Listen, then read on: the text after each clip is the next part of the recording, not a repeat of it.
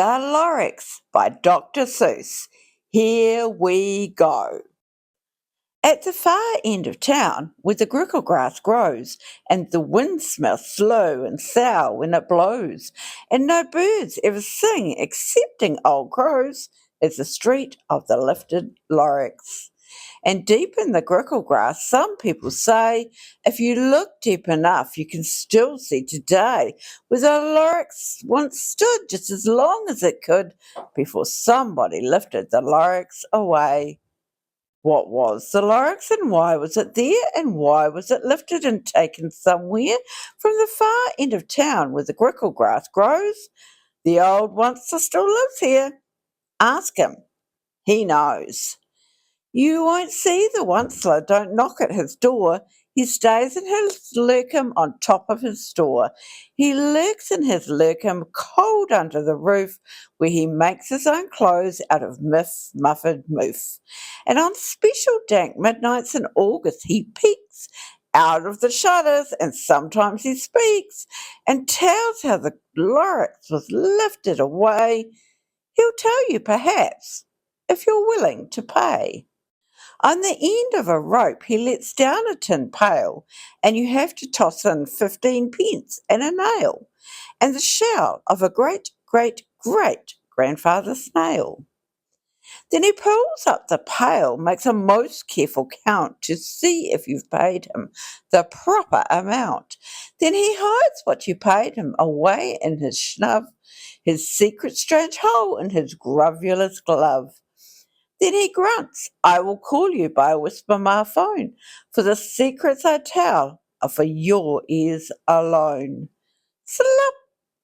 Down slaps the whisper my phone to your ear, and the old one's whispers are not very clear, since they have to come down through a sniggly hose, and he sounds as if he had smallish bees up his nose.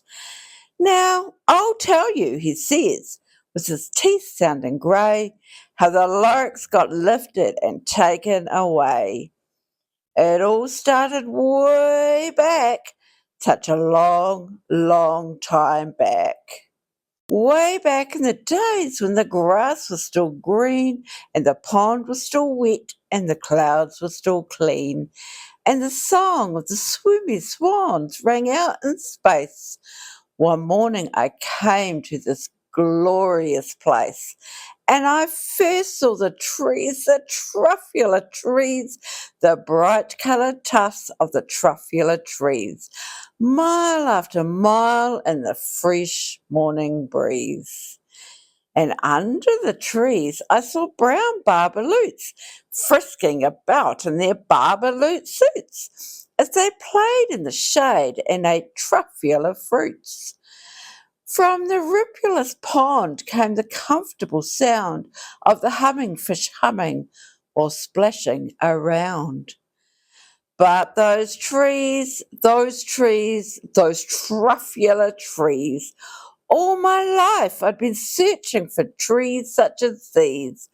The touch of their tufts was much softer than silk, and they had the sweet smell of fresh butterfly milk. I felt a great leaping of joy in my heart. I knew just what I'd do. I unloaded my cart. In no time at all, I had built a small shop.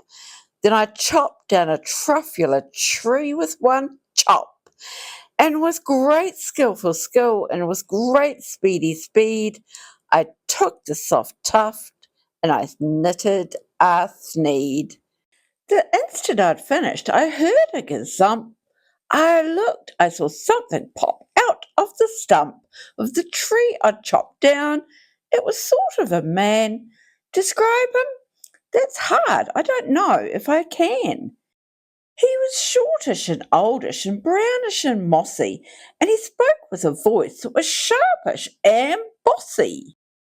Mister, he said with a sawdusty sneeze, I am the Lorax, I speak for the trees. I speak for the trees have no tongues, and I'm asking you, sir, at the top of my lungs. He was very upset as he shouted and puffed. What's that thing you've made out of my truffula tuft? Look, Lorax, I said, there's no cause for alarm. I chopped just one tree. I am doing no harm. I'm being quite useful. This thing is a sneed. A sneed's a fine something that all people need. It's a shirt, it's a sock, it's a glove, it's a hat. But it has other uses, yes, far beyond that. You can use it for carpets, for pillows, for sheets, or curtains, or covers for bicycle seats. The lark said, Sir, you are crazy with greed. There is no one on earth who would buy that false need. But the very next minute, I proved he was wrong, for just at that minute, a chap came along, and he thought that the sneed I had knitted was great. He happily bought it for 3.98. I laughed at the larks. You poor stupid guy. You never can tell what some people will buy. I repeat, cried the Lorax, I speak for the trees. I'm busy, I told him. Shut up, if you please. I rushed across the room and in no time at all built a radio phone. I put in a quick call. I called all my brothers and uncles and aunts and I said, Listen here, here's a wonderful chance for the whole Onceler family to get mighty rich. Get over here fast, take the road to North Nitch. Turn left at Weak Hawk and sharp right at South Stitch. And in no time at all, in the factory I'd built, the whole Onceler family was working full tilt. We were all knitting sneeds just as busy as bees to the sound of the chopping of truffula trees. Then, oh, baby, oh, how my business did grow. Now, chopping one tree at a time was too slow. So I quickly invented my super axe hacker, which whacked off 4 truffula trees at one smacker. We were making sneeds 4 times as fast as before, and that Lorax, he didn't show up anymore. But the next week, he knocked on my new office door. He snapped, I am the Lorax who speaks for the trees, which you seem to be chopping as fast as you please. But I'm also in charge of the brown barbaloots who played in the shade in their barbaloot suits and happily lived eating truffula fruits. Now, thanks to your hacking my trees to the ground, there's not enough truffula fruit to go round, and my poor barbaloots are all getting the crummies because they have gas and no food in their tummies. They love living here, but I can't let them stay. They'll have to find food, and I hope that they may. Good luck, boys, he cried, and he sent them away. I, the Onceler, felt sad as I watched them all go. But business is business, and business must grow, regardless of crummies and tummies, you know. I meant no harm, I most truly did not. But I had to grow bigger, so bigger I got.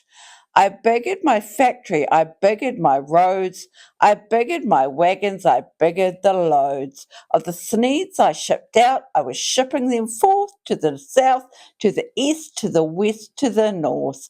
I went right on biggering, selling more sneeds, and I biggered my money, which everyone needs. Then again he came back. I was fixing some pipes when that old nuisance Lorax came back with more gripes. I am the Lorax. He coughed and he whiffed. He sneezed and he snuffled. He snargled. He sniffed. Onceler, he cried with a crofulous croak. Onceler, you're making such smogulous smoke. My poor swimmy swans, why they can't sing a note. No one can sing who has smog in his throat. And so, said the Lorax, please pardon my cough. They cannot live here, so I'm sending them off. Where will they go? I don't hopefully know. They may have to fly for a month or a year to escape from the smog you've smogged up around here. What's more, snapped the Lorax, his dander was up, let me say a few words about Gluppity Glup. Your machinery chugs on day and night without stop, making Gluppity Glup also Schloppity Schlop. And what do you do with this leftover goo? I'll show you, you dirty old once-low man, you. You're glumping the pond where the humming fish hummed. No more can they hum, for their gills are all gummed. So I'm sending them off. Oh, their future is dreary. They'll walk on their fins and get woefully weary, in search of some water that isn't so smeary. I hear things are just as bad up in Lake Erie. And then I got mad. I got terribly mad. I yelled at the Lorax, now listen here, Dad. All you do is yap, yap and say, bad, bad, bad, bad. Well, I have my rights, sir, and I'm telling you, I intend to go on doing just what I do. And for your information, you Lorax, I'm figuring on biggering and biggering and biggering and biggering, turning more truffula trees into sneeds, which everyone needs. And at that very moment, we heard a loud whack. From outside in the fields came a sickening smack of an axe on a tree. Then we heard the tree fall, the very last truffula tree of them all. No more trees, no more sneeds, no more work to be done. So in no time, my uncles and aunts, every one, all waved me goodbye. They jumped into my cars and drove away under the smoke-smothered stars. Now all that was left beneath the bad-smelling sky was my big empty factory, the Lorax, and I. The Lorax said nothing, just gave me a glance, just gave me a very sad, sad backward glance as he lifted himself by the seat of his pants, and I'll never forget the grim look on his face when he hoisted himself and took leave of this place through a hole in the smog without leaving a trace. And all that the Lorax left here in this mess was a small pile of rocks with the one word, unless. Whatever that meant, well, I just couldn't guess. That was long, long ago, but each day since that day I've sat here and worried away. Through the years while my buildings have fallen apart, I've worried about it with all of my heart. But now, says the onceler, now that you're here, the word of the Lorax seems perfectly clear. Unless someone like you cares a whole awful lot, nothing is going to get better. It's not. So, catch, calls the onceler. He let something fall. It's a truffula seed. It's the last one of all. You're in charge of the last of the truffula seeds, and truffula trees are what everyone needs. Plant a new truffula, treat it with care, give it clean water, and feed it fresh air. Grow a forest, protect it from axes that hack, then the Lorax and all of its friends may come back. The end.